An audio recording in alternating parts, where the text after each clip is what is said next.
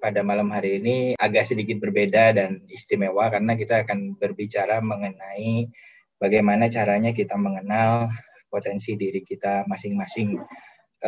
Seperti kita ketahui bersama bahwa seringkali dari kita itu belum tahu dan belum mengenal sebetulnya potensi kita itu apa sih. Dan mungkin 30 menit ke depan kita akan coba bahas termasuk bagaimana caranya mengenali potensi diri. Karena saya pribadi mengalami proses pencarian jati diri itu kurang lebih sekitar 4 tahun. Periode 2011 sampai 2014. Dan tools yang dibahas malam hari ini itu adalah sebetulnya salah satu alat yang digunakan dalam proses transformasi PT Kereta Api Indonesia 2011-2013. Oke, mohon izin saya akan share screen mengenai materi kita malam hari ini. Yang pertama, tak kenal maka tak sayang, mohon izin saya memperkenalkan diri. Nama saya Yudi Cahyadipura, latar belakang pendidikan saya untuk S1-nya saya di Universitas Siliwangi, Tasikmalaya, dan kemudian alhamdulillah pasca sarjana saya selesaikan di PPM School of Management, Jakarta. Kemudian saat ini saya bekerja sebagai sales manager di Pacific Satellite Nusantara. Selain itu juga saya membuka konsultan manajemen dan SDM. Dan biasanya setiap weekend sih, ngisi kelas, ngajar, kurang lebihnya seperti itu. Untuk pengalaman profesional saya, jadi sudah sering kali pindah kerja. Dan variatif ya, tapi kebanyakan di industri telekomunikasi dan perbankan. Kemudian saya juga tercatat sebagai coach atau associate trainer di TV Desa. Selain itu juga ada di majalah Tempo dan beberapa media yang lain. Ini adalah dokumentasi kegiatan training dan pelatihan yang pernah saya bawakan. Ini kelas terbesar saya di Medan. Partisipannya itu kurang lebih sekitar 1.300 orang. Ini sama bicara mengenai pengenalan potensi diri dan pemilihan jurusan. Karena ternyata faktanya 87%, di sini survei tahun 2014, 87% mahasiswa Indonesia itu salah jurusan. Termasuk saya. Saya latar belakang accounting, tapi sehari-hari juga sekarang bekerja di dunia IT dan teknologi ya. Tepatnya di satelit. Ini kelas saya di perbankan. Kalau di perbankan alhamdulillah sudah sering muter dan sering keliling. Ini di beberapa instansi. Ini international class dari Ascot Limited. Dan juga biasanya hari Sabtu Minggu saya conduct untuk kegiatan outbound. Oke, kita mulai masuk ke materi.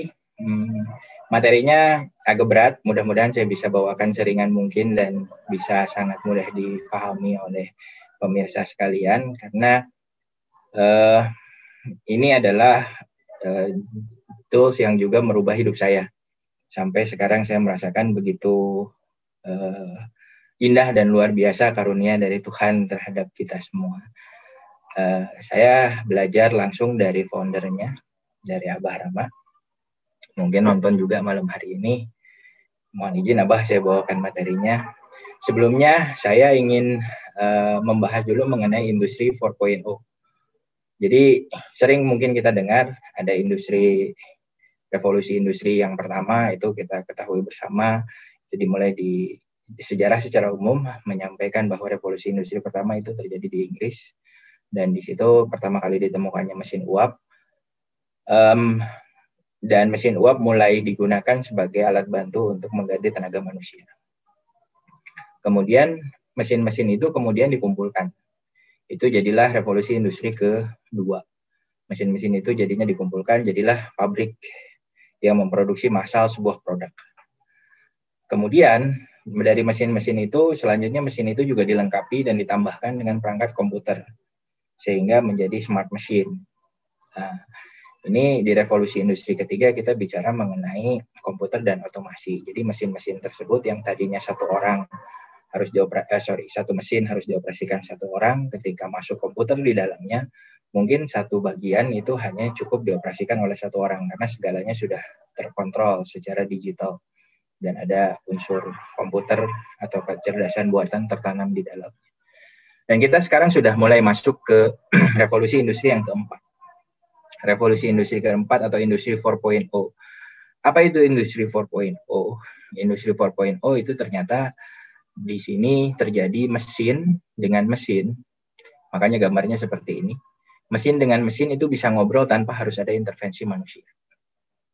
Jadi saya kalau punya handphone, ketika jam pulang kerja, saya bisa set handphone saya ketika jarak 3 km lagi dari rumah, handphone saya akan men-trigger atau memicu mengirimkan perintah kepada AC di tempat tinggal saya agar segera nyala, sehingga ketika saya sampai ke rumah AC-nya sudah dingin.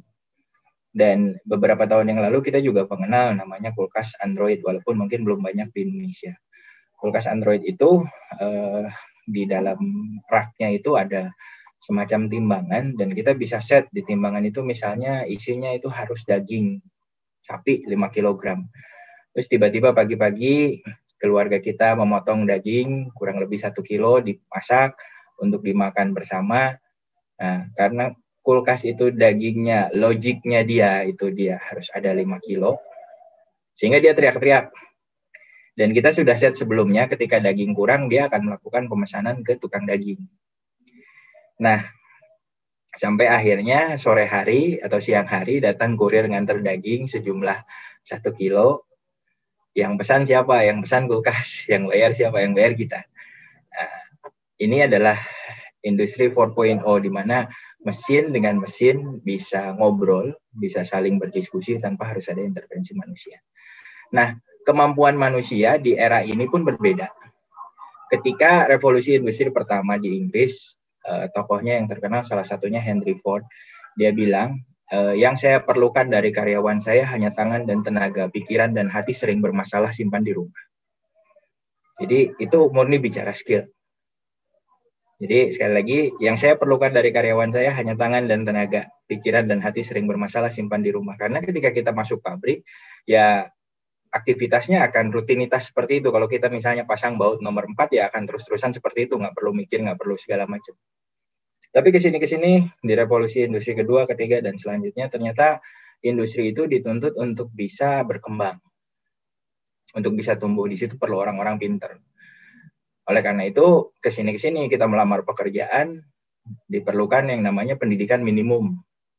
Jadi tadi bicara skill, kemudian yang kedua kita sudah masuk ke knowledge. Ada persyaratan minimum, ada jurusan, dan lain-lain. Karena dianggap pengetahuan itu bisa menunjang industri untuk bisa tumbuh. Kemudian masuk abad 1920, ternyata jago, pinter nggak cukup. Kalau nggak jujur. Kita sudah bicara attitude di situ. Jadi ketika kita bicara kompetensi, tadi hanya skill, kemudian ditambah knowledge, ditambah yang ketiga adalah attitude. Nah sekarang kita itu sudah masuk era transformasi ekonomi. Tadi industri 4.0 di mana perusahaan itu dituntut untuk bisa tumbuh dengan cepat. Kita tahu banyak sekali startup yang fenomenal yang bahkan bisa mengalahkan perusahaan-perusahaan yang memang sudah hadir sejak lama dan bahkan terdisrupsi, bahkan sampai pada tutup. Nah, ini ternyata era sekarang itu kita memerlukan industri itu bisa tumbuh dan berakselerasi dengan cepat. Kompetensinya tentu nambah lagi. Tadi skill, knowledge, attitude. Sekarang itu kita perlu yang namanya talent. Atau orang bilang passion. Ketika seseorang menjalankan passionnya, ketika seseorang menjalankan talentnya, talent itu anugerah dari Yang Maha Kuasa, berupa bakat, kalau bahasanya di talent mapping, maka orang itu akan memiliki energi yang luar biasa. Sehingga dia mampu mengerjakan sesuatu itu dengan durasi dan daya tahan yang jauh lebih tinggi di atas orang normal ketika sesuai dengan passionnya masing-masing. Oleh karena itu sekarang juga kita kenali dan kita temukan bahwa banyak sekali profesi-profesi aneh di luar sana dan ternyata itu menjanjikan. Dan biasanya profesi-profesi aneh yang sekarang dijalankan itu juga berhubungan dengan passion atau minat seseorang. Lalu apa itu passion? Apa itu bakat? Nah, kita akan coba bahas. Ini sudah barusan skill, knowledge, attitude, dan talent. Jadi inilah kompetensi yang diperlukan saat ini untuk bisa bertransformasi dan bertumbuh dengan cepat.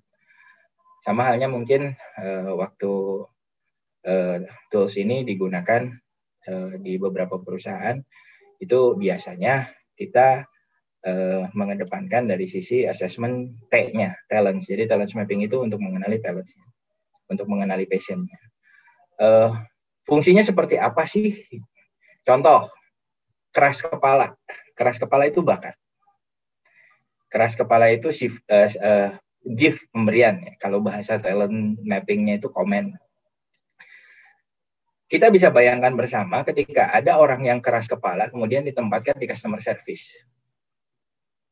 Itu akan jadi masalah. Kekeras kepalaannya pun dia akan mencoba menurunkan itu karena dia harus melayani orang. Di sisi lain orang yang dilayaninya pun mungkin akan merasa tidak nyaman dengan dominasinya dia. Nah, kalau misalnya orang keras kepala ini kita tempatkan sebagai negosiator, kita tempatkan sebagai lawyer, kekeras kepalanya ini justru akan membantu, passionnya ini justru akan membantu dia untuk bisa menjalankan profesinya dengan jauh lebih baik. Faktanya adalah 87% mahasiswa Indonesia salah jurusan. Dan Abah juga pernah melakukan penelitian di Provinsi DKI Jakarta untuk guru-guru, itu ternyata guru yang berbakat sebagai guru itu kurang lebih rata-ratanya hanya di angka 20%-an. Kalau kita flashback ke belakang ketika kita SMP, SMA, atau SD sekalipun, mungkin sekarang kita bisa kenali bahwa guru yang bermental guru dan memiliki jiwa sebagai guru itu memang nggak banyak. Tapi saya pernah ngalamin, ada guru senior waktu SMP, guru matematik, Pak Hamim, saya masih ingat sekali dengan beliau. Beliau sudah guru senior, tapi ketika ngajar di kelas dengan sepenuh hati, bawa alat peraga, kayak orang PPL. Persis seperti itu. Kadang-kadang kan untuk guru-guru senior, hal seperti itu sangat-sangat jarang kita temukan. Nah, berbicara masalah organisasi, berbicara masalah talent, ada penelitian yang membagi organisasi yang ada sekarang itu menjadi ada 3 jenis organisasi. Yang pertama ini solid performance team. Ini baseball atau mungkin orang kita familiar dengan mirip-mirip permainannya seperti ini, namanya kasti. Di permainan kasti ini kita ketahui bersama bahwa yang namanya pemain kasti meskipun bicaranya tim, tetapi secara individu dia harus pintar melempar, dia harus pintar memukul, dia harus bisa nangkap, dia juga harus bisa lari. Jadi semua fungsi di dalam satu tim dia harus bisa melakukan sendiri. Ini namanya solid performance team. Jadi meskipun bicaranya tim, kemampuan masing-masing individu itu juga sangat menentukan dari tim yang dibelanya. Dan meskipun tim di sini kita melihat mungkin pembagian job description-nya masih relatif bias. Karena tadi satu orang itu harus menjalankan beberapa peran dengan baik. Jadi ketika jadi pemukul dia harus bisa memukul dengan baik dan keras. Ketika dia harus jadi penangkap dia juga harus bisa nangkap. Ketika dia harus lari juga harus lari. Ini tim yang pertama. Kemudian ini adalah tim yang kedua. Namanya highly choreographed team. Di sini kita sudah mengenal yang namanya job description. Sudah mengenal pembagian tugas. Orang yang tugasnya main biola, ya main biola. Orang yang tugasnya main piano, ya main piano. Orang yang tugasnya main bass, ya bass. Orang yang tugasnya main gitar, ya gitar. Apa jadinya kalau di tengah jalan kita minta pindah? Ini pasti timnya berantakan.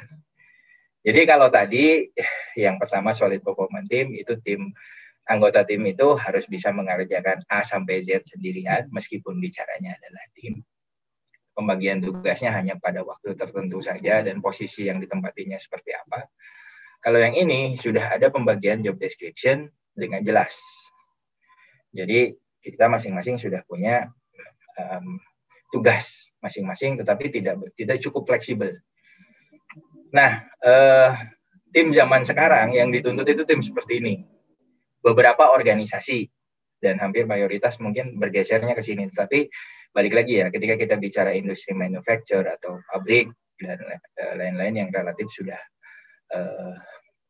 mature, sudah sangat teruji sistem dan lain-lain, itu sangat susah diproses. Tetapi untuk tim-tim yang sekarang itu rata-rata tim startup juga dibikin seperti ini, bahkan beberapa industri perbankan juga sama melakukan hal yang sama.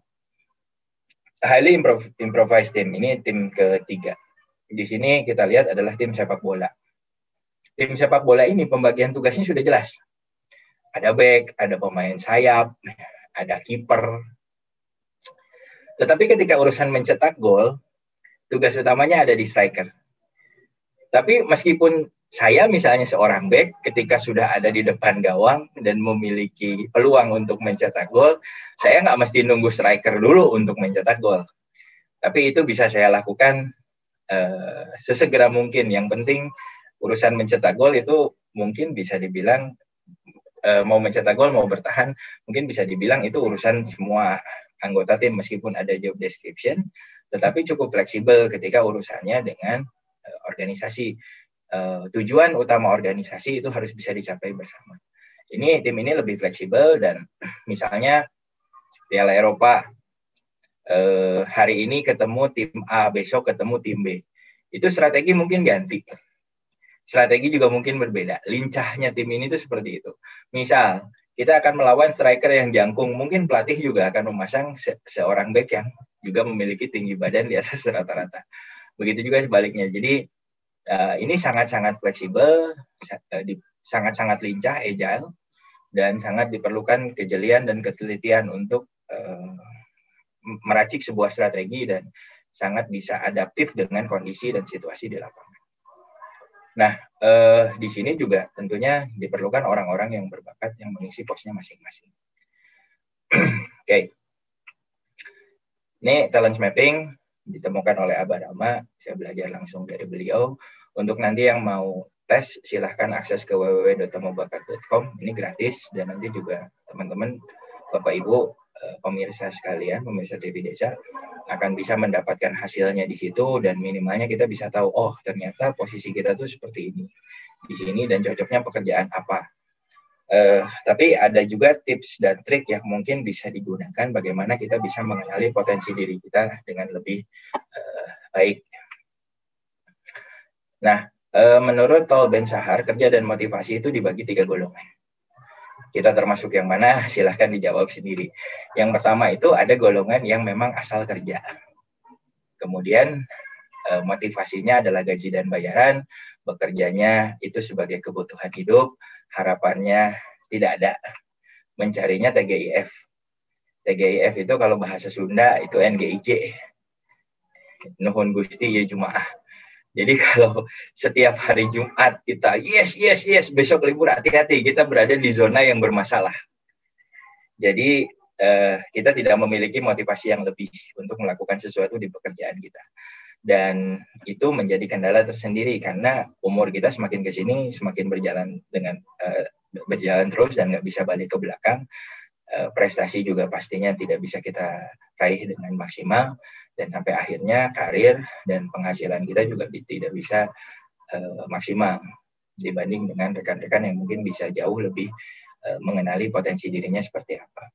Yang kedua itu ada yang bekerja sebagai karir, motivasinya uang dan kemajuan, bekerjanya sebagai perlombaan, harapannya kekuasaan dan kebanggaan, ini mencarinya promosi. Yang kedua ini biasanya lebih ada sorot matanya dibanding tadi orang yang asal kerja. Nah, yang luar biasa adalah ada golongan orang-orang yang ketiga. Itu dia bekerja dan motivasi itu merupakan panggilan. Biasanya orang-orang yang sudah di posisi ini, mereka akan terlihat energinya nggak habis-habis untuk menjalankan sesuatu.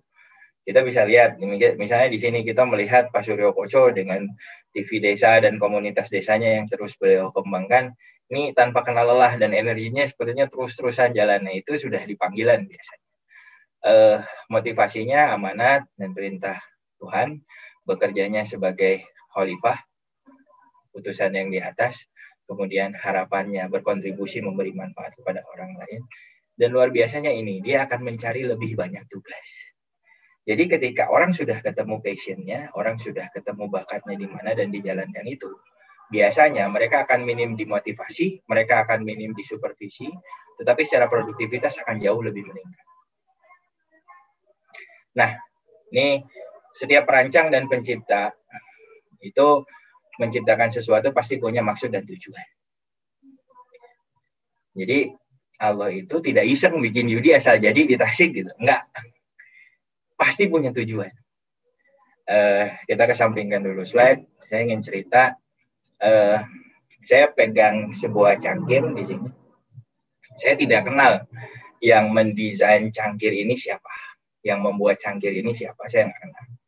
Tetapi dari cangkirnya saya bisa kenali bahwa oh ternyata di sini ada kupingnya, ini untuk tempat saya memegang si cangkir. Oh bawahnya dikasih rata untuk biar cangkir ini ketika disimpan tidak gampang tumpah. Oh tingginya segini agar lebih cantik dilihat, dikasih ornamen warna emas ya biar menjadi hiasan karena ini cangkir untuk tamu. Oh bibirnya dibikin setipis ini agar pas di bibir.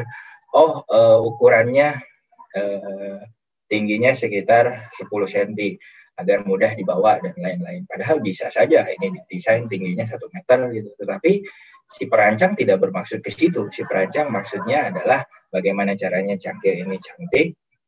Yang saya tangkap ya, cangkir ini cantik.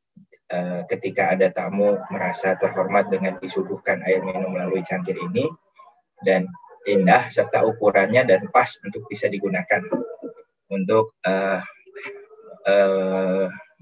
untuk menyajikan air ke tamu. Sekali lagi saya tidak mengenal siapa pencipta cangkir itu. Tapi dari cangkirnya, dari hasil ciptaannya, itu saya bisa mengenali maksud dan tujuan si pencipta.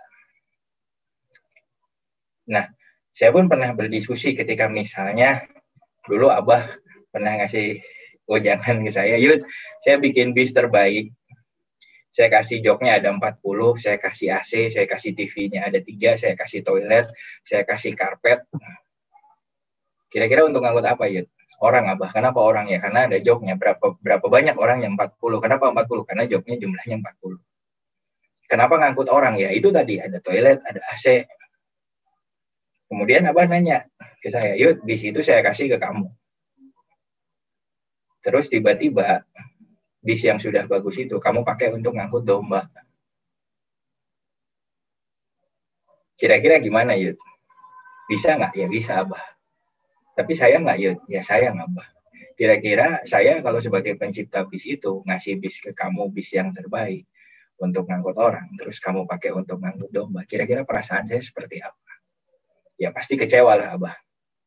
Akhirnya Abah bilang ke saya, Yud, mungkin Allah belum ngasih kamu rezeki maksimal.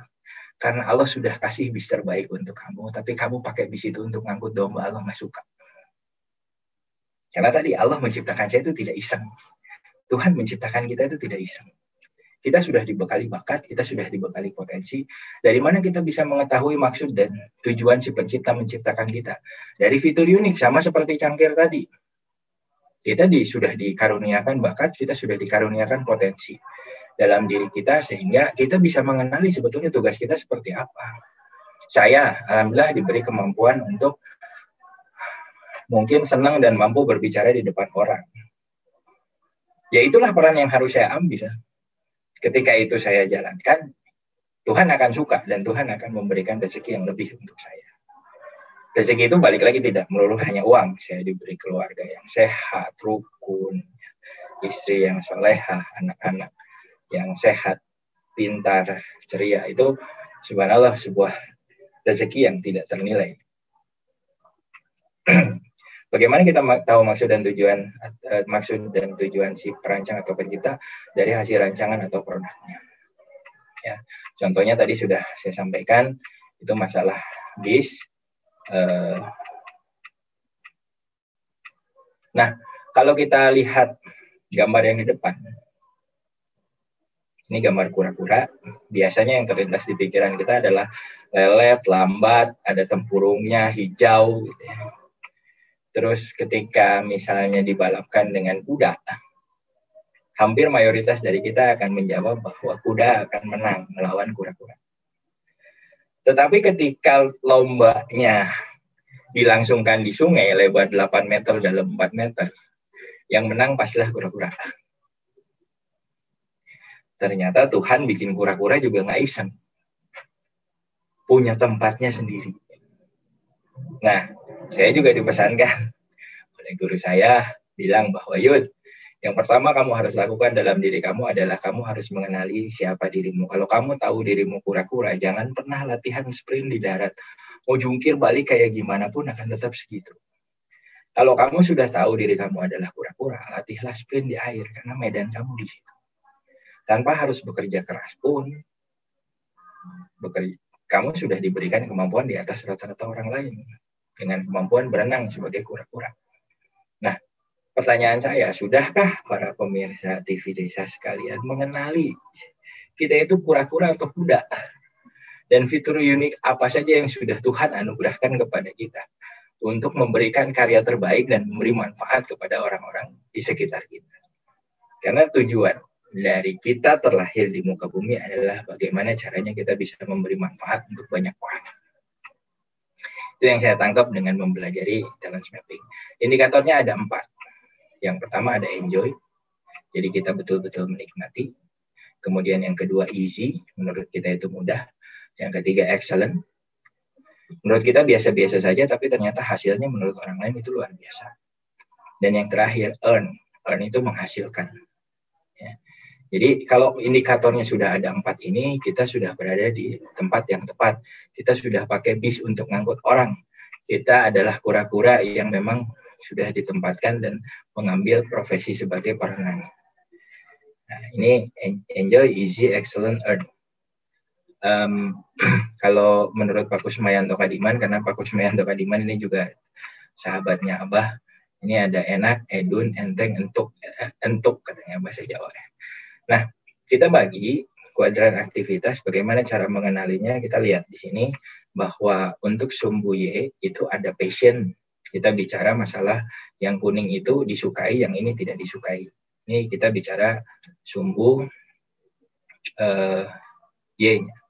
Kemudian untuk sumbu X yang vertikal, itu kita bicara produktif dan tidak produktif. Sehingga nanti ada 4 klaster di sini. Ada klaster nomor 1, nomor 2, nomor 3, dan nomor 4. Ketika kita bicara nomor 2, ini artinya kegiatannya disukai, tetapi tidak produktif. Produktif ini dinyatakan dengan earn. Biasanya di klaster ini, itu kita kenal juga dengan namanya hobi. Kita melakukan sebuah aktivitas yang kita sukai tetapi tidak dibayar. Kalau di kuadran nomor 3, ini saya jurusan akuntansi mengerjakan pembukuan satu buku, laporan keuangan. Padahal saya bukan orang di balik meja. Dibayar, tetapi rambut saya cepat berdiri karena energi saya tidak bisa lebih banyak di situ. Karena passion saya adalah misalnya saya harus ketemu orang. Nah, kalau yang satu, ini kompetensinya dapat, juga dibayar. Ini adalah kekuatan. Jadi ketika di sini itu akan enjoy, easy, excellent, tapi tidak earn. Kalau di sini enjoy-nya hilang, easy, excellent, earn-nya dapat. Nah, kalau di kuadran 1 semuanya kita dapat. Luar biasa nggak kita mengerjakan sesuatu yang memang kita sukai dan dibayar.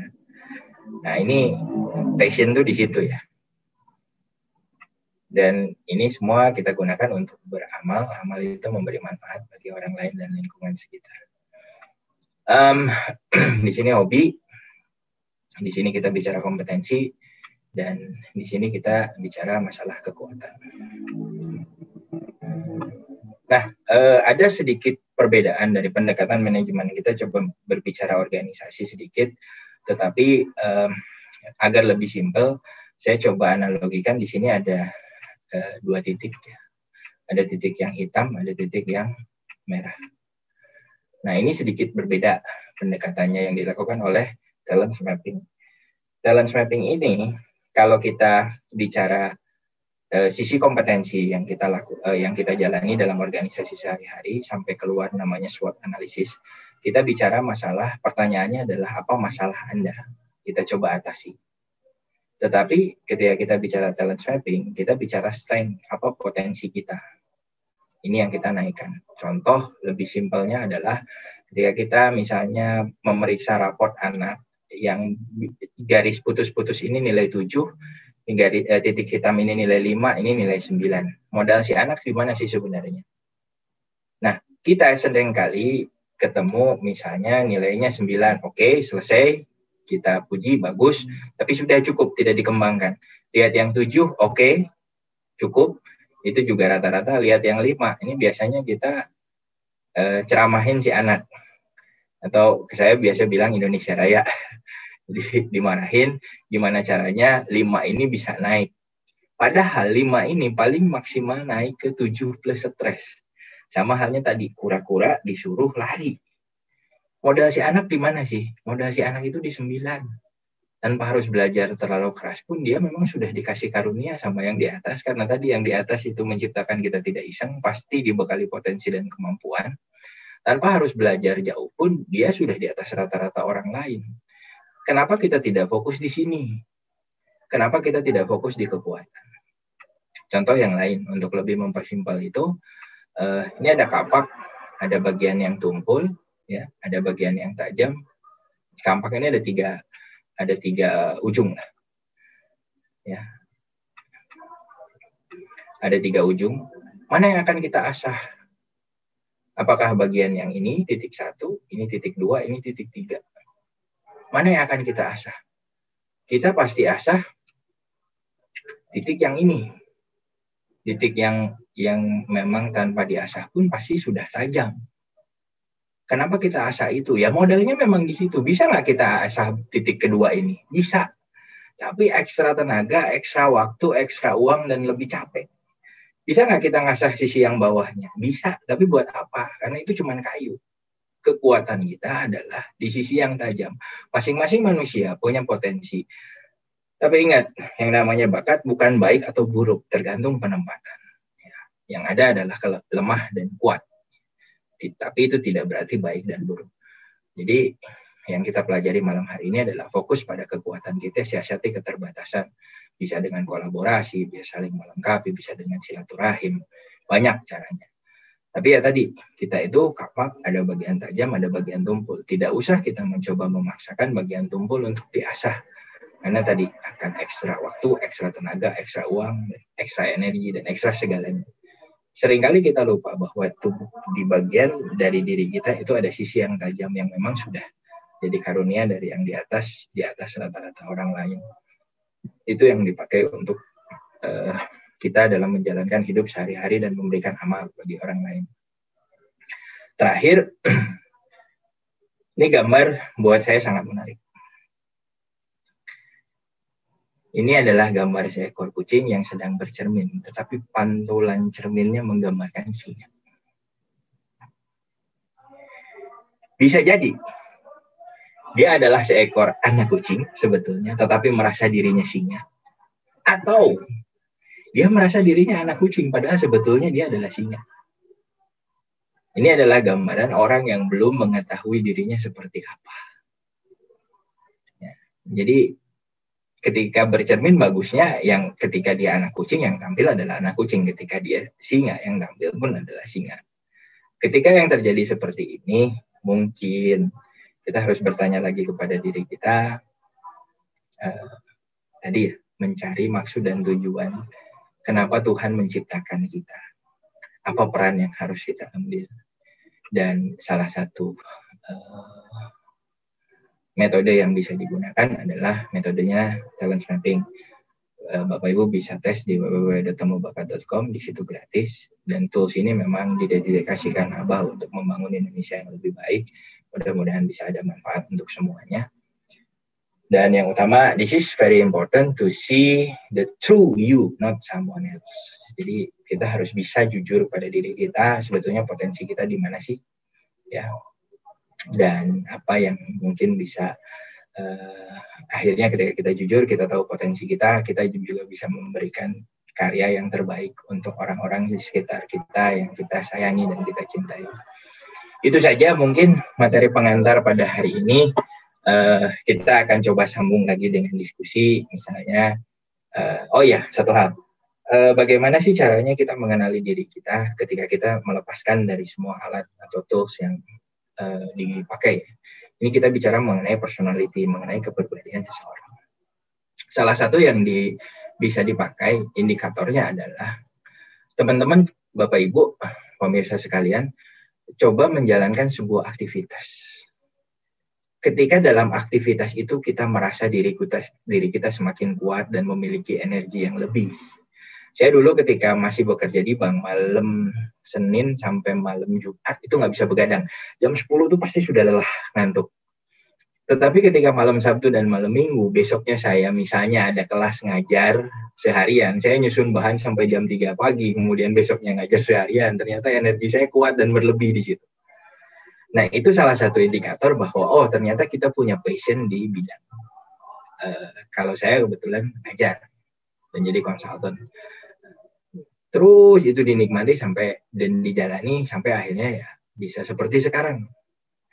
Bisa seperti sekarang dan mudah-mudahan apa yang mungkin dilakukan oleh saya dan tim bisa memberi manfaat kepada banyak orang di sekitar kami dan bisa lebih terbantu dan tercerahkan. Nah, tadi disampaikan bahwa di Indonesia yang jadi masalah ini surveinya tahun 2014, 87% mahasiswa Indonesia salah jurusan.